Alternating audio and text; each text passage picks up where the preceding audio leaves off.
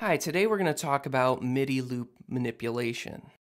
We're going to use Garageband today because many people already have it. It comes with pretty much every Macintosh that you get.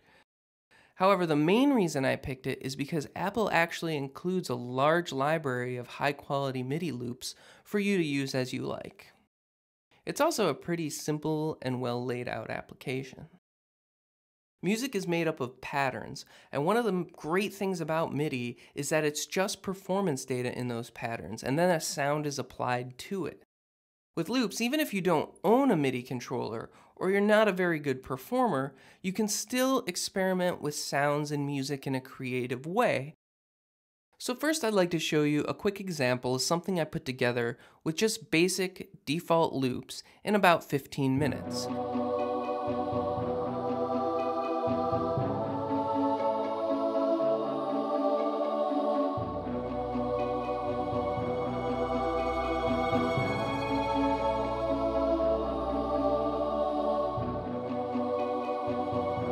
So as you can see, taking some loops that sort of have the same feel and putting them together in a way that kind of makes sense, you could kind of come up with something pretty cool quickly.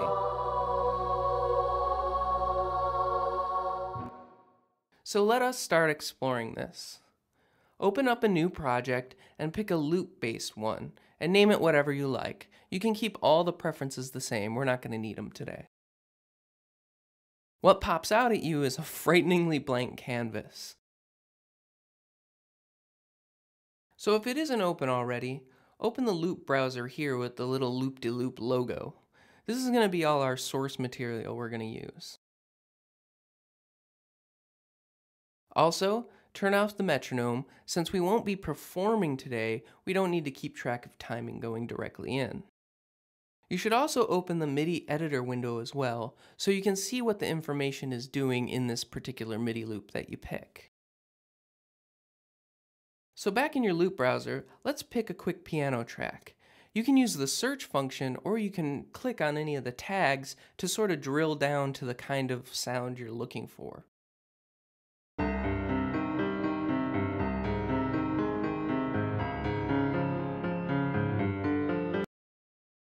One thing to note is that MIDI loops are indicated with this green icon with a note on it. Blue ones are pure audio loops, so just ignore any of the blue ones you see today. After you experiment a little, you can pull in the blue loops and see if they help complement your composition. So drag the loop to the timeline and that'll create a new track with that MIDI loop in it. So come down here and hit this button, which is actually going to loop it. This gives us a good chance to tweak the sound as we're listening to it. Alright, now that we have a loop playing, we can go down to the inspector and you can see a ton of different options are available to you.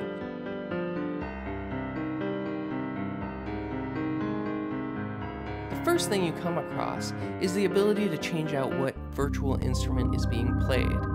So you can see there's a bunch of different choices, so you really have to just experiment and play with it and see if one sounds like a good core for what you're trying to do.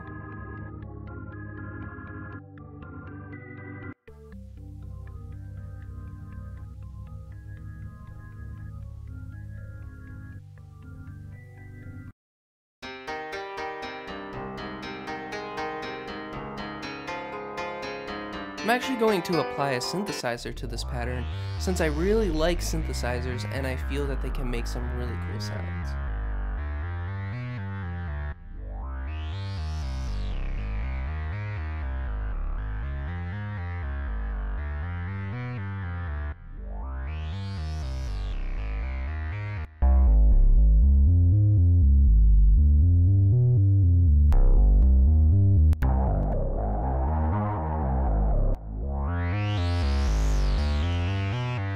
After you pick one, you can actually come to the virtual instrument sound source and change the parameters in there.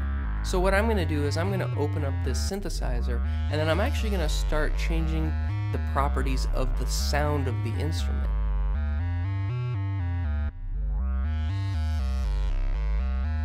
Nearly every virtual instrument has this panel that allows you to change up its own parameters.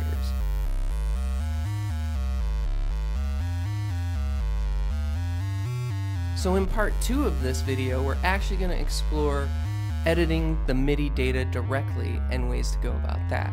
So be sure to subscribe so you can get that when it comes out. Thanks a lot.